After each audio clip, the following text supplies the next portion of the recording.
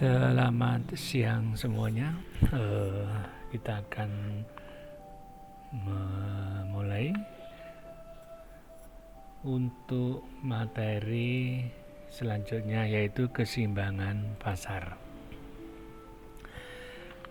Jadi pada materi keseimbangan pasar ini, suatu pasar itu dikatakan berada dalam keseimbangan apabila barang yang diminta di pasar itu sama dengan jumlah barang yang ditawarkan. Jadi pada intinya Anda bisa mengingat-ingat bahwa kalau misalnya QD itu pasti akan sama dengan QS.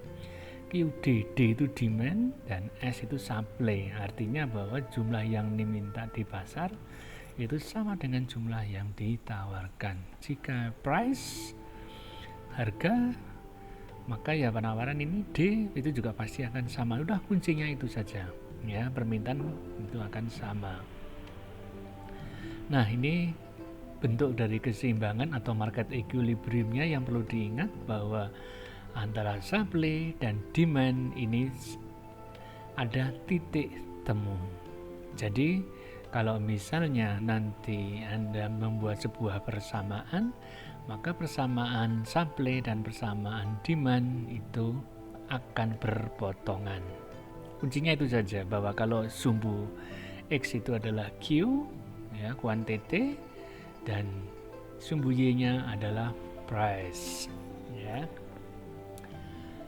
Jadi keseimbangan ini ya, kita akan kita lihat bahwa di suatu perpasar di permintaan itu dipengaruhi oleh permintaan barang, ya. Ada dua macam produk atau bisa lebih. Jadi kalau produk strategi itu yang produk misalnya kelengkapan, ya, ini ada bisa disubstitusi beras dengan gandum, minyak dengan tanah, gas LPG dan lain-lain. Kalau ini adalah produk komplemennya, misalnya saling melengkapi teh itu dengan gula, ya. Kalau semen itu ya dengan pasir, itu namanya komplemen. Oke, kita akan next lanjut. Jadi untuk notasi fungsi permintaan itu menjadi bentuknya itu seperti ini. QDX, D itu adalah demand dengan persamaan A0 min A1 PX ditambah A2 PY, QDY sama dengan B0 ditambah PX min B2. Ini adalah bentuk penawarannya, ya. Ini ada keterangannya, ya. Terus kemudian persamaan yang harus Anda ingat, bahwa untuk persamaan penawaran Q itu sama dengan A plus BB. Jadi ini bentuknya positif, ya. Kalau positif, gradiennya itu pasti nanti dia akan naik, ya. Itu artinya hubungan antara tingkat harga dan kuantiti yang ditawarkan. Langsung kita soal. Contoh, ada pada harga 2 kuantitinya, ya, X itu ditawarkan ada 8 unit. Apabila harga barang X telah naik ke 4, kuantiti yang ditawar menjadi 12 unit. Maka tentukan penawaran barang X-nya. Jadi persamaannya adalah QS sama dengan A plus BB. P1, 2, ya. Harganya itu 2, permintaan Q1-nya 8. Kalau dia 4, maka 12. Maka ini kita masukkan dalam rumus ini, QS sama dengan A plus BB. Ini jadi A8 sama dengan A plus 2BB. Ini persamaan pertama, ini menjadi persamaan yang kedua. Kita telah mempelajari tentang eliminasi dari persamaan ini. Karena di sini yang paling gampang itu adalah untuk menghilangkan A-nya, maka kita kurangkan, ya. Begitu dikurangkan, persamaan kedua dikurangi persamaan satu. Bisa enggak kalau persamaan satu dikurangi 2? Sama saja, boleh. Ya, kalau ini 2, karena saya melihat di sini nilainya lebih besar, ya. Ini 12 kurangi 8 jadi 4, A kurangi A 0, 4B kurangi 2B menjadi 2B, sehingga B-nya sama berapa? Sama dengan 2. Kalau B-nya sama dengan 2, Anda bisa masukkan ke semua persamaan. Boleh persamaan yang pertama atau persamaan yang kedua. Di dalam hal ini kita masukkan ke persamaan yang pertama. 8 sama dengan A, 2, ini P-nya tadi 2, jadi berapa? A-nya 4, maka persamaannya menjadi QS. Karena A-nya 4, jadi A ditambah B. B-nya berapa? B-nya 4, jadi 4 PB. Inilah fungsi dari penawaran. Oke, ini lagi contoh soal. Diketahui fungsi permintaan QD sama dengan 40 min P. Fungsi penawaran QS-nya sama dengan 4P min 50. Tentukan berapa harga, jumlah, dan keseimbangannya. Jadi, ingat baik-baik, yang namanya keseimbangan itu adalah QD sama dengan QS. Persamaan ini QD-nya 40 min P, yang satunya adalah 4P min 50. Karena ini keseimbangan, maka QD sama dengan QS. Oke, kita masukkan di sini. Ya, tinggal 4P. Yang ini 40, kita pindah ke sebelah kanan jadi minus. Yang ini 4P-nya yang ini pindah ke kiri jadi minus. Min P min 4P jadi berapa? Min 5P. Yang di sini 50 min 40 jadi min 90, maka ketemulah 18. Ini masih perhitungan biasa. Nah, sekarang permasalahannya adalah ketika ini sudah ketemu P-nya 18, maka diperoleh keseimbangannya. Ini dihitung P-nya berapa, sama dengan 18. Untuk mencari Q-nya, maka kita masukkan nilai 18 ini ke salah satu persamaan. Boleh yang QS atau yang QD, sama saja. Ya, kita masukkan ke yang di sini QD 18, jadi 40 dikurangi 18, ketemunya berapa? 22. Berarti ketika jumlah keseimbangan di price 18, maka ketemulah dengan Q jumlah di 22. Ya, ini contoh soal lagi. Ya, soal lagi, kalau diketahui fungsi QD 40P ini 4PS, tentukan berapa harga dan jumlah keseimbangannya. Nah, ini jawabannya masih seperti yang tadi itu latihannya ya. Jadi QD-nya berapa, QS-nya berapa, nanti bisa ketemu P-nya 16. Kalau ketika sudah ketemu 16-nya, maka dimasukkan dalam persamaan, maka ketemulah nilai Q-nya berapa? 24. Oke. Ya, tidak ada kesulitan ini ya, masih bisa lah. Nah, ini contoh lagi. Kalau fungsi permintaan min 20 tambah 150 dan fungsi penawarannya PS sama dengan Q tambah 60. Tentukan jumlah keseimbangannya. Sekali lagi, kita kuncinya kalau keseimbangan QD sama dengan QS, kalau PD sama dengan PS. Nah, ini tentukan jumlah keseimbangannya, kita gunakan persamaan yang kedua, yaitu PD sama dengan PS. Karena di sini diketahui PD sama PS ya. Jadi PD yang pertama min 2Q tambah 150, terus Q-nya Q60 dan sini. Maka ketemulah Q-nya. Berapa Q-nya? Q-nya 30. Kalau ini sudah ketemu Q-nya, masukkan saja ke salah satu rumus, boleh yang PD atau yang PS, hasilnya akan sama. Kalau ini yang saya masukkan aja persamaan PS yang kedua. Kalau Q-nya ini 30, berarti 30 tambah 60 berapa? 90. Oke, terus kemudian keseimbangan pasar dicapai jika ini lagi ya. Contoh, kalau misalnya diketahui QDX, ini ada dua macam produk ya, ada PX, PY, diketahui fungsi permintaan dan fungsi penawaran dari dua macam produk yang punya hubungan substitusi sebagai berikut. QDX 5 min 2PX tambah PY, QDY ditambah dan seterusnya. Ini yang QSX sekian dan ini QC-nya sekian ya. Ini ada dua produk gitu ya. Carilah harga dan jumlah keseimbangan pasarnya. Nah, ini produk S dan produk Y, ada dua barang.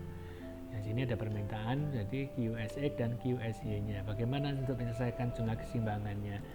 Maka penyelesaiannya adalah kayak tadi kita ketahui ini QDX-nya ini, ya kita ingat bahwa kalau untuk keseimbangan pasar itu Q S sama dengan QD. Nah, kita masuk cari dulu. Kalau yang pertama ini adalah 5 min 2PS tambah PY. Ya, ini QSX-nya kan di sini, QSX-nya 54PX tambah min PY. Terus kemudian QDX-nya mana? QDX-nya ini. Jadi 5 min 2PX tambah PY. Ya, persamaan yang kedua itu juga sama. QSY-nya. Ini adalah QSY-nya, barang produk yang kedua. Min 4X min 4X tambah 3PY ya. Nah, ini kita bisa selesaikan nanti. Nah, untuk pertanyaan yang ini dulu kita selesaikan terlebih dahulu ya. Jadi yang PX sama PX, PY sama PY. Jadi kalau ini dikelompokkan, yang 4PX di sini, yang X-nya di sini kita pindah karena ini minus, kita pindah ke kanan jadi positif. Yang ini negatif, kita pindah ke kanan juga jadi positif nanti ya. Atau ini pindah ke kiri semuanya, diselesaikan semuanya. Nah, jadi persamaan 6PX min 2PY didapatkan dari 4PX tambah 2 ini dari 6PY. Yang ini 4PY min PY, yang ini dipindah ke kiri min PY. Jadi berapa? Min 2PY. Yang min 5 geser ke kanan jadi 5 tambah 5. Berapa? 10. Ini persamaan yang pertama. Nah, kemudian yang QX barang yang keduanya juga penyelesaiannya dengan cara yang sama. Didapatkan min PX tambah 2PY sama dengan 5. Nah, kalau udah ketemu ini adalah persamaan pertama, ini persamaan kedua. Selesaikan dengan cara apa? Cara bisa substitusi atau eliminasi, tapi kita lebih gampang dengan eliminasi. Kita bisa dapatkan persamaan pertamanya ini persamaan yang kedua. Kalau ini dijumlahkan 0 jadi 6 kurangi ditambah min 1 jadi 5PX, 10 tambah 5, 15. Ketemulah PX-nya 3. Nah, kalau sudah ketemu PX-nya 3, maka Anda bisa selesaikan. Kalau PX-nya 3 itu nanti dimasukkan ke dalam persamaan ini, misalnya persamaan yang di sini 3 min 3 dipindah ke sana jadi berapa? 3 ya. Ini PX ya kan, pindah di sini min 3. Kalau dipindah ke kanan jadi plus 3. Jadi berapa? 8. 8 ini 2PY. 2PY sama dengan 8. Jadi berapa? Berarti jadi 4 ya. Jadi ini bisa ketemu 4. Ini Anda harus coba ya, dicoba dihitung. Nanti akan ketemu. Nah, kalau udah ketemu maka akan ketemulah berapa PX-nya, PY, QX-nya berapa, ini QX-nya berapa. Jadi MX bisa dicapai pada saat ini PX-nya 3, QX-nya 3. Kalau PY-nya 4, maka SY-nya 5 di sini. Oke, ini adalah contoh lagi. Untuk suatu barang pada harga 6.000, pengusaha menawarkan barang sebanyak 30 buah. Dan jika setiap kenaikan harga 11.000, maka jumlah barang yang ditawarkan meningkat sebanyak 20 unit. Kalau misalnya dia 5.000, jumlah permintaannya naik jadi berapa? Dari 20 unit, dan untuk kenaikan harganya menjadi 10.000. Jumlah permintaannya berkurang menjadi 10 unit. Bagaimana fungsi permintaan dan fungsi penawaran barang tersebut? Nah, ini kita bisa lihat bahwa di sini PS1 tadi ada berapa? 6.000 permintaan yang ini ya. Jadi ini barang yang pertama 6.000. Terus kemudian menawarkan sebanyak berapa? 30. Jadi QS-nya pertama 30. Nah, sementara PS-nya ini di sini ada kenaikan. Kenaikannya berapa? Kenaikannya 2.000. Artinya ada delta P. Ya, price-nya naik 2.000. Bukan menjadi 2.000, tapi ada kenaikan ya. Setiap kenaikan 2.000, jumlah barang yang ditawarkan meningkat. Berarti kan ada selisih. Setiap dia naik dari misalnya 6.000 ada 30 buah. Tapi kalau begitu dia naik ada kenaikan 2.000, itu berarti kan menjadi berapa? Jadi 8.000 misalnya, seperti itu. Itu kenaikan setiap. Itu artinya setiap kenaikan. Nah, ini kita bisa lihat delta PS ini artinya ada apa? Artinya delta PS itu kenaikan. Setiap kenaikan 2000 ada jumlah kenaikan 20 ya, maka delta M-nya ini berarti berapa? Ya, artinya bahwa kenaikan 2000 per 20 artinya bahwa delta P dibagi dengan delta Q itu 6.000 dikurangi 20, maka ini ketemulah 100 ya, M-nya 100. Nah, ketika ini rumusnya adalah PS min 6.000 PS1 6.000, ini delta ya, deltanya ini delta MS-nya delta P per delta Q kali QS min 30. Nah, min 30-nya itu dari mana? Dari QS 1. Oke. Kalau sudah, maka ketemulah PS-nya ini sama dengan 100 kali QS ya. 100 kali min 30 itu 3.000. Nah, kalau di sini ini minus 100 kali min 30 itu min 3000, yang 6000 dipindah ke kanan jadi berapa? Plus 6000, 6000 dikurangi 3000 jadi tinggal 3000. Oke. Nah, terus akhirnya kita bisa lihat di sini. Kalau misalnya PD1 tadi kan PS yang ini ya, yang di sini tadi eh, yang ini pada harga 5000 jumlah permintaan sebanyak 20 unit dan untuk kenaikan harga menjadi 10.000 jumlah permintaannya berkurang menjadi 10. Nah, namanya berkurang pasti nanti akan minus ya. Jadi ini PD1 5.000 dengan kuantiti jumlahnya 20. PD2-nya kalau 10.000, QD-nya 10. Nah, ini dari rumus perbandingannya PD min ini PD1. PD1-nya berapa? 5.000. Ya ini QD min berapa? Q1 nya berapa? 20. Lah ini berarti apa? Berarti PD2 ya dikurangi dengan PD1. Yang ini juga sama Q2 dikurangi dengan Q1 ya. Nah, nanti akan ketemu ini Anda cari perkalian silang biasa. Nanti akan Anda coba, nanti akan ketemu di sini. Ya.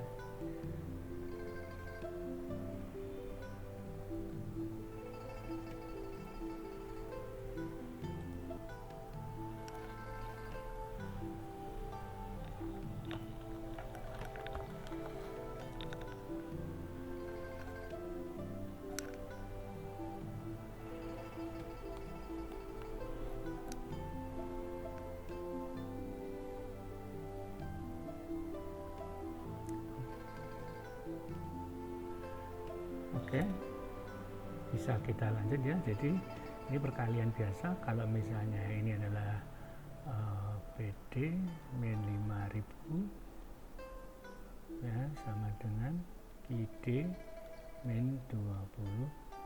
Ini dibagi dengan 10 dikurangi 5000, ini adalah 5000 dibagi dengan ini 10 min 20 min 10 ya. Jadi ini kita coret tinggal min, jadi PD sama dengan PD min 5000 sama dengan 500 kali QD, berarti ini berapa? 500 QD QD min 500 kali min 20 berapa? 10.000 ya, 10.000. Nah, ini kalau misalnya ini min ya, ini min kita pindah ke sini jadi berapa? Jadi plus 5.000 jadi berapa? Jadi 15.000. Dan ini 500D, jadi ketemu di sini ya. Tuh. Nah, ketika kita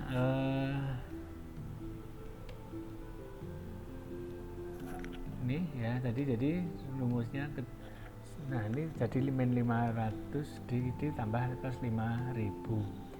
Nah, sekarang ini yang di sini syarat demand itu sama dengan suplai. Jadi yang persamaan keduanya ini 100 ditambah 3.000 ya, sama dengan 500 QD ditambah dengan 15.000 nih. Nah, ininya dapatnya dari mana? Ini dapatnya dari sini. Nah, ini ya. Karena kita tahu bahwa di sini PD, kalau kita lihat bahwa PD itu harus sama dengan PS. Nah, PD-nya mana? Ini kan ini PS, yang ini adalah PD. Jadi nanti bisa dijumlah. Kalau sudah ketemu nanti Q-nya 20 dan PE-nya ketemulah 20.000. Ini bisa dihitung ini ya. Ini kalau ini 3.000 pindah ke kiri di sini ini menjadi berapa? Menjadi 12.000 ya, sama dengan ini 500 gini ya, kita pindah ke sebelah kanan jadinya berapa? Jadinya 600 ya, 600 Ki. Karena di sini minus tambah ini jadi positif 600 Ki. Kalau 600 Ki ini kita bagi dua, ini bagi hilang, jadi 6 sama dengan 6 Ki sama dengan 120. Jadi Ki-nya sama dengan berapa? Sama dengan 20 ya. Ini jadi ini ketemu. Nah, ini hasilnya dari sini. Nah, itu. Oke, jadi nanti ketemulah nanti titiknya di sini adalah di sini Q-nya 20 dan di sini Q-nya tadi kita cari P-nya 5000. Nah, inilah titik keseimbangan. Oke, gitu ya. Oke. Kalau sudah, kita next. Ini contoh soal lagi, ini banyak banget soalnya ya. Jadi ini nanti Anda bisa cari kalau ketemu QD 11, QS-nya 4, sekian, dimana letak keseimbangannya. Nah, ini pokoknya yang namanya keseimbangan itu ingat saja lah. QD itu sama dengan QS ya. Pokoknya itu kuncinya ya. Kalau PD ya dengan PS ini juga sama. Nanti Anda bisa cari syaratnya ini ya kan. Ini syarat dari syarat utamanya ini yang paling penting ini. Ya, jadi kalau QD sama dengan QS, kalau PS sama dengan PD dan seterusnya. Ya, ini nanti bisa ketemu P-nya berapa, S-nya berapa, nah ini bisa ketemu. Ini adalah grafiknya. Kemarin kan kita sudah mempelajari. Nah, sekarang ini tinggal prakteknya. Oke, next. Nah, ini pengaruh pajak dan subsidi sekarang ini. Sekarang apa pengaruh pajak? Intinya kalau ada pajak, harga itu pasti akan naik. Ingat baik-baik, barang itu kalau ada pajak, ada taxnya, T itu tax pajaknya, ya harga per unitnya itu pasti akan bertambah. Tetapi kalau Q-nya itu kuantitinya itu ada subsidi, ya ada subsidi, pasti barang itu akan menjadi murah. Ingat baik-baik, kuncinya itu di situ. Jadi kalau nanti dina pajak itu pasti akan naik, plus berarti. Tapi kalau subsidi itu berarti dikurangi. Ya. Nah, di sini kalau keseimbangan pajak ya PD sama dengan PS. Ini PD sama dengan PS itu di sini nih. Ini keseimbangan pertamanya tuh di sini nih, ya kan? Nah, ini keseimbangan pertama. Tetapi ketika kita itu diberikan pajak ya, karena pajak pasti nanti permintaannya itu akan menurun, ya kan? Harganya dia semakin tinggi, dia ada di sini. Ya, inilah yang namanya demand setelah ada QT ya. Kalau yang pertama awalnya itu di sini, sesuatu yang kena pajak itu pasti nanti barang itu akan menjadi lebih mahal. Nah, ketika barang itu lebih mahal, pasti nanti permintaannya itu juga pasti akan berkurang. Jadi keseimbangan setelah pajak itu adalah PD sama dengan PS ditambah dengan tax. Kalau yang pertama keseimbangan sebelum kena pajak itu PD sama dengan PS, tetapi setelah itu dia kena tax. Oke. Langsung contoh soal ini. Ya, fungsi permintaan suatu produk ditunjukkan oleh persamaan ini dan fungsi penawarannya tambah sekian. Terhadap produk ini pemerintah mengenakan pajak sebesar Rp3 per unit. Jadi tambahnya pajaknya itu 3 per unit. Nah, berapa harga dan jumlah keseimbangan pasar sebelum dan sudah kena pajak? Pasti akan berbeda harga dan jumlahnya. Berapa pasar per unit ditanggung oleh konsumen, ya. Jadi yang ditanggung konsumen itu berapa gitu loh. Nah, ini kemudian ada lagi yang ditanggung oleh produsen itu berapa. Nah, ini contoh soalnya kita bisa lihat di sini. Penyelesaiannya keseimbangan pasar sebelum kena pajak itu kan PD sama dengan PS, ya. Nah, sebelum kena pajaknya ini PS ini PD 15 min Q, ya. Terus kemudian PS-nya ini supply-nya 5,5 tambah 3. Jadi kan dari mana dapatnya? Dari soal ini. Fungsi penawarannya sekian, ya. Permintaannya ini, ya. Jadi ini permintaan sama penawaran itu sama. Nah, kalau udah seperti ini nanti akan ketahuan Q-nya berapa, P-nya berapa.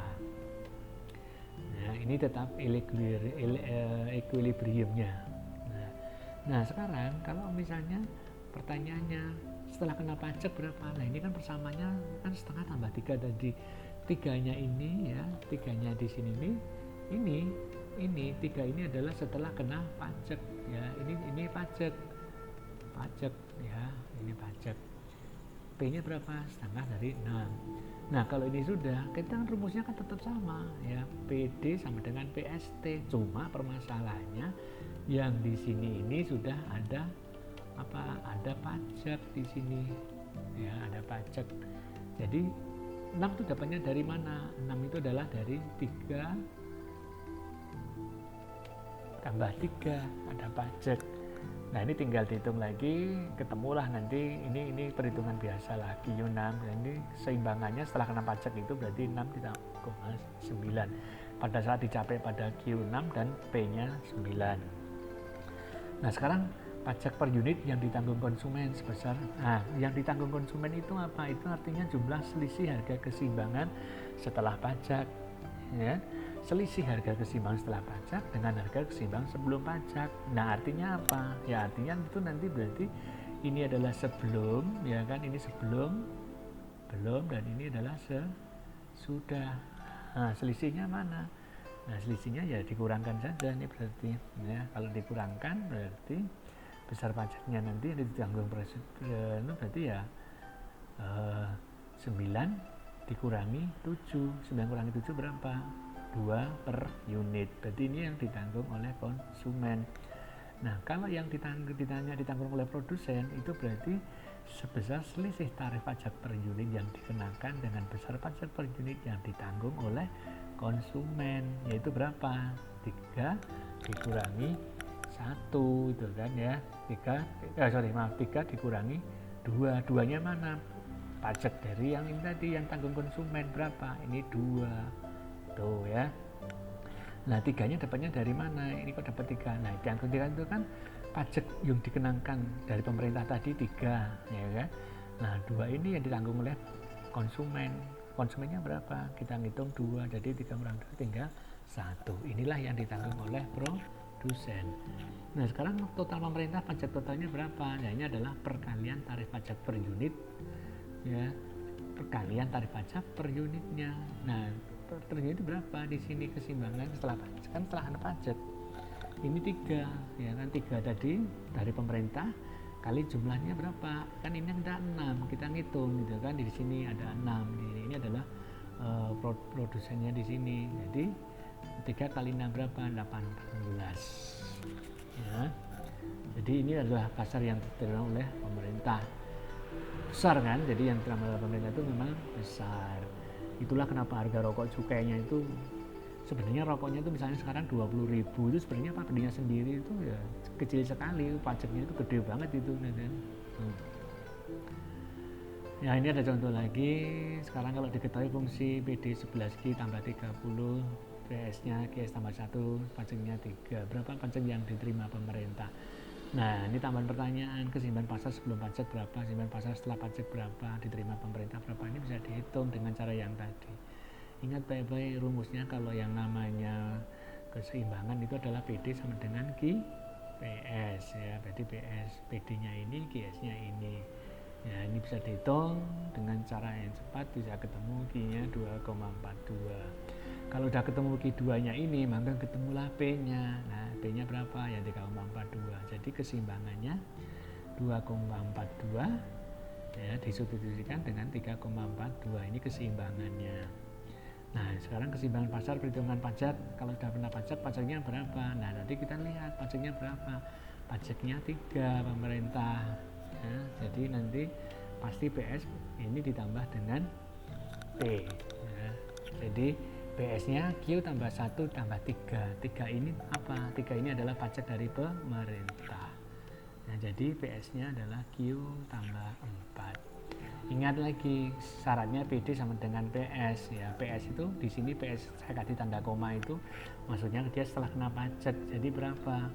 Ya 11 Q tambah 30 sama dengan Q tambah 4, ya. Oke, 11 Q tambah 30 itu dapatnya dari mana? Ya sebelumnya ini tadi kan kita sudah tahu bahwa PD-nya adalah min 11 Q ditambah 30. Oke, akhirnya bisa dicari, ketemu Q-nya 2,17. Kalau ini sudah ketemu Q, masukkan lagi dalam persamaan Q di sini, maka ketemulah 6,17. Nah, inilah keseimbangan setelah pajak itu kita dapatkan ini. Ya. Kemudian untuk diterima pemerintah juga sama. Terima pemerintah itu apa? Ya, pajak kali Q-nya, ya, dari produksinya. Pemerintahnya berapa? 3. QE-nya ketika tadi hitung ketemu 2,17, ya. Q-nya ketemu 2,17. Jadi kita hitung di sini, ya, 6,51. Pajak yang ditanggung konsumen. Nah, pajak konsumen itu apa? Itu kan tadi selisih pajak yang dari pemerintah dikurangi dengan PE ya, dikalikan ke aksennya. Ini 6,17 dapat dari mana? Dari PE aksen. PE aksennya tadi di mana? Ya, kita hitung ini ya. 3,42 dapatnya dari mana? Dari PE. PE nya di mana? Ini adalah perhitungan dari hasil yang pertama, P ketemu tadi 3,42 sebelum kena pajak. Oke, jadi ketemu 5,98. Nah, kalau pajak yang dibayar produsen ya tinggal diselisih saja. TP sama dengan T0 kurangi TK. Oke. Ketemu di sini. Ini pajak kita dibayar produsen. Oke, kalau sudah ini berarti ini soal-soal ini juga sama, hanya berulang-ulang, nanti Anda bisa pelajari sendiri ya. Saya kira mungkin untuk materinya ini sampai di sini ya. Nah, sekarang kita lanjut lagi. Pengaruh subsidi terhadap keseimbangan pasar. Nah, ini kebalikan dari kena pajak. Jadi kalau kena pajak itu adalah dia akan bernilai tambah, tetapi kalau kena terhadap subsidi maka menjadi minus. Itu saja logikanya yang Anda pakai harus seperti itu. Kalau kena pajak harganya itu pasti lebih mahal, tetapi kalau disubsidi itu lebih murah. Nah ini kalau sama dengan tadi PD dan PS, kalau ini tadi pajak ini teksnya itu positif, kalau sekarang kena keseimbangan menjadi negatif. Ya, itu aja prinsipnya, jadi nggak usah diingat banyak-banyak. Jadi kuncinya itu ada 3. Yang pertama yang namanya keseimbangan itu berarti PD pasti akan sama dengan PS, QD akan sama dengan QS. Kalau kena pajak berarti ditambah dengan T, PS ditambah dengan T. Kalau kena subsidi berarti PS nya dikurangi dengan T. Itu saja ya. Ini juga soalnya sama, tadi soalnya sama, hanya bedanya sekarang ini disubsidi. Kalau disubsidi itu berarti nanti dikurangi dengan 1. Kenapa dengan 1? Karena di sini disubsidikan subsidi dari pemerintah ini 1 unitnya ya. Nah ini juga sama, sebelum kena subsidi masih di sini dia ya P adalah market value setelah subsidi maka menjadi 6,67, QT-nya 6,67 di sini ya, dia lebih rendah, tapi ini sebelum disubsidi itu di sini nih 65, tapi setelah disubsidi 6,67 di sini ya, artinya barangnya itu yang terjual itu lebih banyak ya. Karena apa? Karena ya namanya barang disubsidi ya, sama halnya kalau BBM itu kan kita dulu disubsidi pemerintah premiumnya mungkin bisa 5.000, yang beli banyak, tapi begitu sudah semakin naik jadi 7.000 ya semakin sedikit kan kayak gitu. Oke, ini juga sama tadi cara perhitungannya ya, artinya bahwa kita bisa lihat di sini untuk perhitungannya ya, Anda perlu perhatikan bahwa di sini semuanya negatif. Kenapa negatif? Karena disubsidi ya. Jadi ini adalah saat yang pertama sebelum disubsidi, tapi setelah disubsidi dicari nilainya, harganya ketemunya 6,67, maka akan price-nya lebih rendah ya. Jadi ini yang pertama. Yang kedua, disubsidi itu dilihat lebih rendah. Oke ya. Saya kira mungkin ini adalah contoh-contoh soal ya, Anda bisa kerjakan. Di PowerPoint juga sudah saya berikan ya. Ini sama, itu hitung-hitungannya juga semuanya ada, semuanya hitung-hitungannya ya. Persis soal-soalnya, cuma bedanya sekarang positif dan negatif, itu saja. Oke, baiklah, kita lanjut ke fungsi penerimaan. Pada fungsi penerimaan ini kita bisa dapatkan dari hasil penjualan ya, atau kita sebut dengan fungsi pendapatan. Nah ini lambang dari fungsi penerimaan, kita lambangkan dengan R. Jadi untuk sumbu Y nya ini merupakan R, fungsi penerimaan dari jumlah produk yang dijual sebagai sumbu X. Nah, dalam fungsi ini fungsi R atau revenue atau kita total revenue-nya yaitu perkalian antara P kali Q, di mana P ini merupakan harga jual per unit dan jumlah produk yang dijual. Jadi kalau fungsi penerimaan itu kita menjual berapa unit dengan harga sekian, maka kita dapatkan untuk yang penerimaan. Jadi grafiknya itu seperti ini ya. Revenue R sebagai fungsi dari produk. Ini misalnya satu contoh, misalkan satu produk dijual dengan harga 5.000 per unit. Bagaimana fungsi penerimaannya? Nah, ini berarti ya R sama dengan P kali Q. Nah, jadi untuk Q-nya ini, terus kemudian 5.000 ini merupakan dari harga.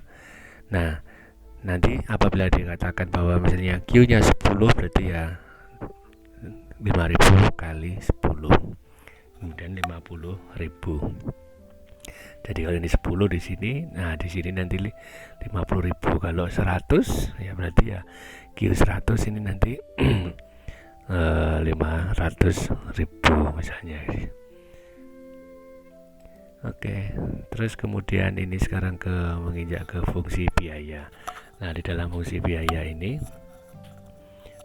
yang diberikan lambang dengan C. C itu artinya cost. Atau kalau pada grafik ini TC itu berarti total cost.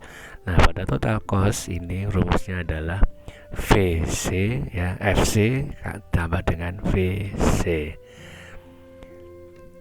Atau TC sama dengan FC ditambah dengan P kali Q, di mana VC ini merupakan variable cost atau variabel yang berubah, variable cost.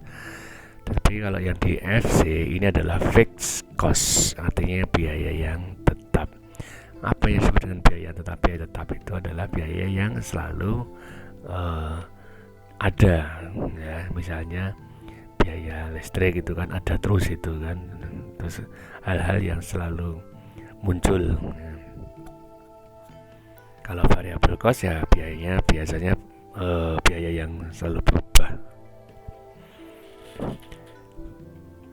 Contoh, sebuah perusahaan mengeluarkan biaya tetap sebesar 100 juta ya, dan biaya variabelnya 3.000 Q. Misalnya ini biaya tetap itu gaji misalnya, itu kan selalu harus ada terus gitu kan, dan biaya variabelnya 3.000 Q. Tentukan fungsi grafiknya. Nah, ini tadi berarti TC untuk FX nya 100 juta ditambah dengan 3.000 Q. 3.000 Q ini apa? Ini adalah variabel cost-nya, VC kali Q. Nah, ini grafiknya bentuknya seperti ini ya. Nah, untuk pembuatan grafik ini mestinya tidak boleh seperti ini ya. Ini harusnya dibuat saja yang lebih ringkas, ini 100, terus kemudian sumbu Y-nya diberikan 10 pangkat 6. Artinya bahwa untuk sumbu Y ini memiliki nilai value yaitu juta. Nah, ini sekarang analisa break even point. Analisa break even itu merupakan kondisi di mana perusahaan itu tidak untung dan tidak rugi. Artinya apa, Pak Bu? Kalau misalnya Anda jualan modalnya 100.000, maka ketika barang itu habis Anda juga mendapatkan hanya 100.000. Artinya apa? Tidak ada keuntungan juga tidak ada kerugian. Jadi orang Jawa bilang itu Mbak Bu gitu kan ya. Break even point. Nah, di sini break even point ada TR ya sama dengan TC. Keuntungannya ini adalah TR lebih besar daripada TC, dan kalau rugi itu TR-nya kurang dari TC. Nah, ini total revenue ya. TR itu apa? Total revenue sama total cost-nya sama. Nah, revenue itu adalah keuntungan reviewnya ya. Keuntungan kalau misalnya dia total reviewnya itu lebih besar daripada total cost-nya, ya berarti dia untung. Sementara kalau rugi itu berarti ya dia kurang dari reviewnya itu kurang dari total cost-nya. Misalnya ada modalnya 100.000 jualan gorengan ternyata tidak laku ya, jualan es di waktu hujan modalnya 200.000,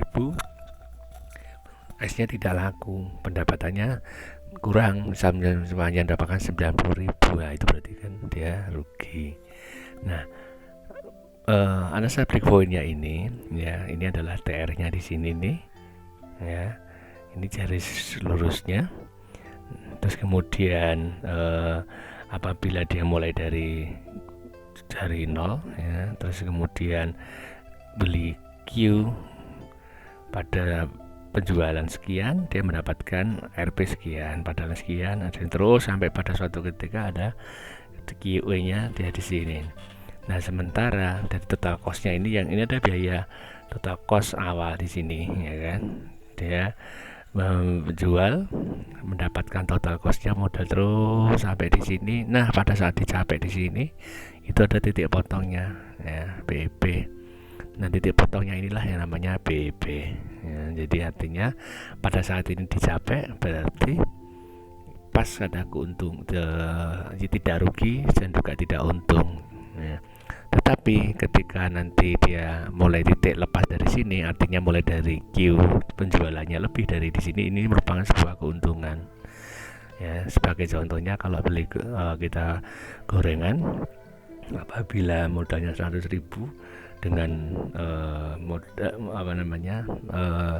ada 100 gorengan. Nah, pada saat 100 gorengan itu dirasa bahwa pendapatannya sesuai dengan dengan penjualannya, ya Mbak Bu ya. Tapi kalau misalnya ada 100 gorengan, dia menjualnya baru sampai 50, terus kemudian ternyata sudah dihitung-hitung sama dengan pendapatannya, sesuai dengan modalnya, berarti ketika dia menjual ke 50 artinya dia sudah break even point. Nah, untuk 50 berikutnya itu berarti setelah DG ini berarti keuntungannya dia ya, dia keuntungannya dia. Nah, untuk area yang di sini itu adalah area laba. Sementara kalau area di daerah sini itu berarti dia rugi. Jadi sehingga kalau ini 0 sampai Q-nya ini equilibriumnya di sini, ini harusnya sampai 100 misalnya, tapi baru sampai 50 di sini, itu sudah dia mendapatkan balik modalnya, maka setelah dari QE ini adalah keuntungan dia.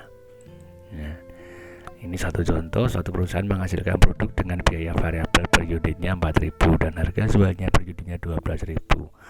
Manajemen menetapkan bahwa biaya tetap dari operasinya 2 juta. Tentukan jumlah unit produksi yang harus dicapai supaya pulang pokok atau balik modal. Ya, ketika kita balik modal maka harus total revenue-nya sama dengan total cost-nya. Nah, ini TR-nya itu berapa? Ini kan berarti rumusnya adalah harga jual per unitnya V cost-nya kali dengan Q harus sama dengan TC. TC-nya rumusnya apa? TC-nya itu adalah dari fixed cost ditambah dengan 4.000 Q. Nah, ini 12.000 Q sama dengan 2.000 tambah 4.000 Q. Nah, ini 4.000 Q-nya kita pindah ke sebelah kiri. Nah, jadi 8.000 Q sama dengan 2 juta. Q-nya ketemunya 250, jadi TR-nya bersamanya nanti adalah 12.000 Q dengan nilai Q 250, ketemulah 3 juta. Berarti untuk bisa mendapatkan revenue untuk nilai BEP-nya minimal harus 3 juta. Ini baru Bu, baru ini ya. Oke. Nah, ini bentuknya seperti ini ya. Jadi tadi dibilang untuk nilai TR-nya ini ya TR ini adalah total reviewnya 12.000 IQ. Terus kemudian untuk grafiknya di sini ya 2 juta, ini sudah ada 2 juta dulu di sini sebagai TC-nya untuk TR modal fixed cost. Kita mulai di sini 2 juta modalnya, kemudian fungsinya adalah 2 juta plus 4.000 IQ itu ada di sini. Nah, ketika nanti dia berpotongan dengan TR, antara TC dan TR ini kan TC dan TR ini kan harus sama, maka ketemulah titik BB-nya tuh di sini nih. Nah, ini bisa dicari. Ternyata tadi untuk nilai Q-nya 250. Dapatnya dari mana? Dari perhitungan ini. Q-nya 250. Sementara untuk nilai TR-nya dicapai dengan dari 3 juta. Nah, pada saat nanti dia penjualan di atas 250, berarti ini adalah daerah area keuntungan. Ya, tapi kalau masih ada di daerah sini, itu adalah area kerugian. Oke, saya kira mungkin sampai di sini dulu. Apabila nanti ada yang kurang tahu, nanti bisa dilanjut. Anda silahkan WA saya, atau Anda bisa mencari materi-materi penerimaan penawaran break even point di internet. Ya, kita Anda searching, perkaya sendiri. Soal-soal jawab di sana itu banyak sekali. Saya kira cukup dan terima kasih. Wabillahi taufiq wal hidayah. Assalamualaikum warahmatullahi wabarakatuh.